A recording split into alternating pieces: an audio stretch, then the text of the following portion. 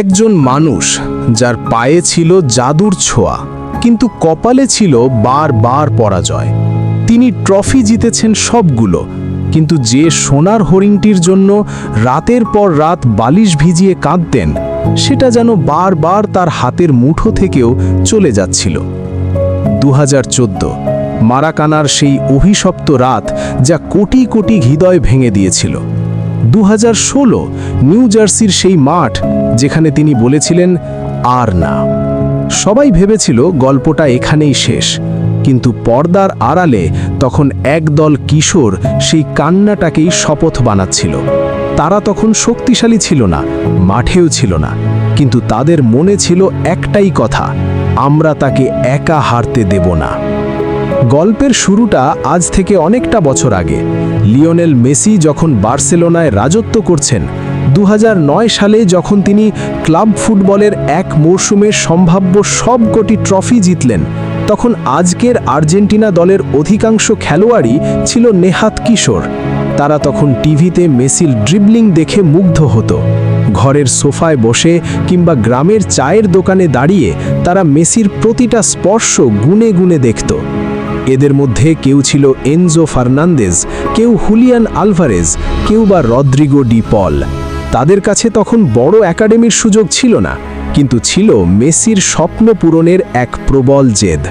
তারা মেসিকে আইডল মেনেই ফুটবলার হওয়ার শপথ নিয়েছিল, কিন্তু কেউ জানত না যে ঠিক 13 বছর পর এই কিশোররাই তাদের আইডলের আজন্ম লালিত স্বপ্ন পূরণের জন্য মাঠে যুদ্ধ করতে নামবে। 2014 ওয়ার্ল্ড কাপ ফাইনাল, জার্মানির বিপক্ষে অতিরিক্ত সময়ের সেই গোল। মেসির সেই ট্রফির পাশ দিয়ে হেঁটে যাওয়ার দৃশ্যটা ফুটবল ইতিহাসের সবচেয়ে বড় ইমোশনাল মুহূর্তগুলোর একটি। তখন মনে হচ্ছিল যেন রাজা তার আসল সিংহাসন ছেড়ে চলে যাচ্ছে। সেদিন সেই কিশোররা যারা আজ মেসির সাথে খেলেছে, তারা হয়তো বেডরুমে বসে কিংবা রাস্তার ধারের জটলায় দাঁড়িয়ে মেসির সেই কান্না দেখেছিল। তাদের মনে হচ্ছিল যেন তাদের পরিবারের কেউ হেরে গেছে। ঠিক তারপরেই আসলো 2016 কোপা আমেরিকা। আবারও চিলির কাছে টাই ব্রেকারে হার। পেনাল্টি মিস করার পর মেসির সেই ভেঙে পড়া রূপ ফুটবল বিশ্ব আগে কখনো দেখেনি। লিওনেল মেসি লজ্জায়, ক্ষোভে, অভিমানে যখন অবসরের ঘোষণা দিলেন, তখন পুরো আর্জেন্টিনা নিস্তব্ধ হয়ে গিয়েছিল। পুরো বিশ্ব নিস্তব্ধ হয়ে গিয়েছিল। মনে হচ্ছিল যেন যুদ্ধের আগেই যুদ্ধক্ষেত্র থেকে হার মেনে চলে যাচ্ছে কেউ। ঠিক তখনই 15 বছরের এক কিশোর এনজো ফার্নান্ডেজ একটি পোস্ট লিখেছিলেন। সে লিখেছিল, লিও, দয়া করে থেকে যান, আপনি চলে গেলে আমরা কাকে দেখে বড় হব? মেসি ফিরে এলেন, কারণ তিনি বুঝতে পেরেছিলেন তিনি চলে গেলে পরবর্তী প্রজন্মের জন্য কোনো আদর্শ অবশিষ্ট থাকবে না। তখন তিনি মনে করলেন, যদি আমি এটা করতে না পারি, তাহলে আর কে পারবে? 2019 কোপা আমেরিকার পর দৃশ্যপট বদলাতে শুরু করল। কোচ স্কালোনি একদল ক্ষুধার্ত তরুণকে দলে নিলেন। রদ্রিগো ডি পল আসলেন, যিনি ঘোষণা দিলেন মেসির জন্য তিনি মাঠে জীবন দিতেও রাজি।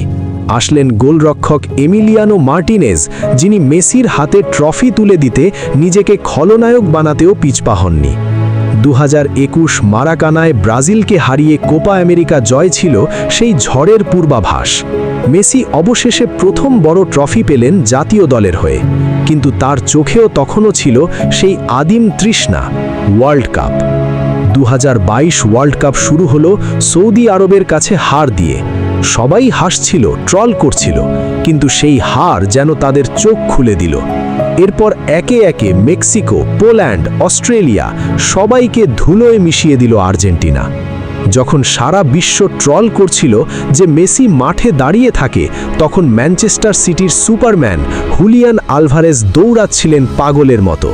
তিনি বলেছিলেন, মেসিকে কেন দৌড়ানো লাগবে? আমি একাই 90 মিনিট দৌড়াবো, যেন সে তার জাদু দেখাতে পারে। আলভারেজ, যিনি ছোটবেলায় মেসির সাথে ছবি তোলার জন্য লাইন ধরেছিলেন, আজ তিনি মেসিকে কাঁধে তুলে নিয়েছেন।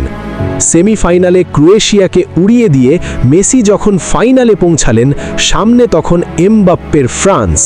সেই শ্বাসরুদ্ধকর ফাইনাল, এমবাপ্পের হ্যাট্রিক, আর্জেন্টিনার লড়াই, আর শেষ মুহূর্তে এমি মার্টিনেজের সেই অবিশ্বাস্য সেভ, যা আর্জেন্টিনাকে বাঁচিয়ে রেখেছিল।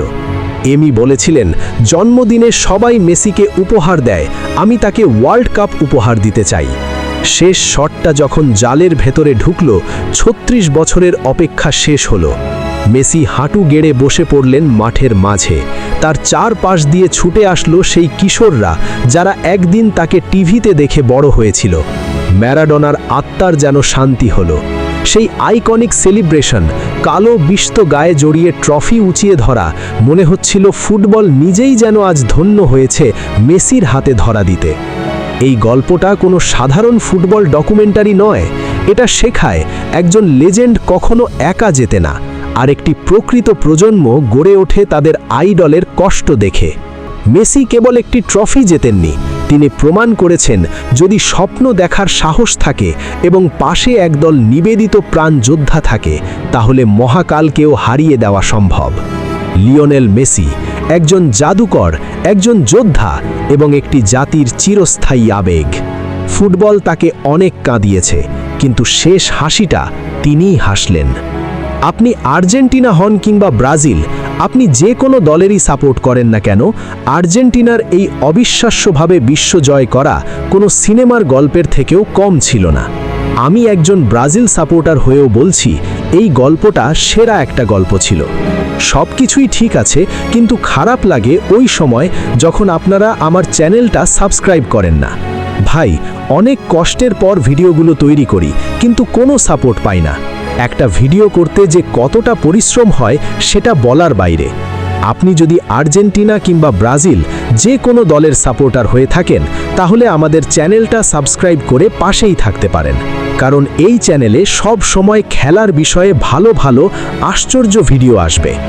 আপনারা খেলাধুলোর ইতিহাস জানতে এই ইউটিউব চ্যানেলটি সাবস্ক্রাইব করে পাশেই থাকুন। দেখা হবে পরের ভিডিওতে। আর আপনারা কোন ধরনের ভিডিও চান অথবা কার জীবনী নিয়ে ভিডিও চান, সেটা কমেন্ট সেকশনে বলতে ভুলবেন না। দেখা হবে পরের ভিডিওতে।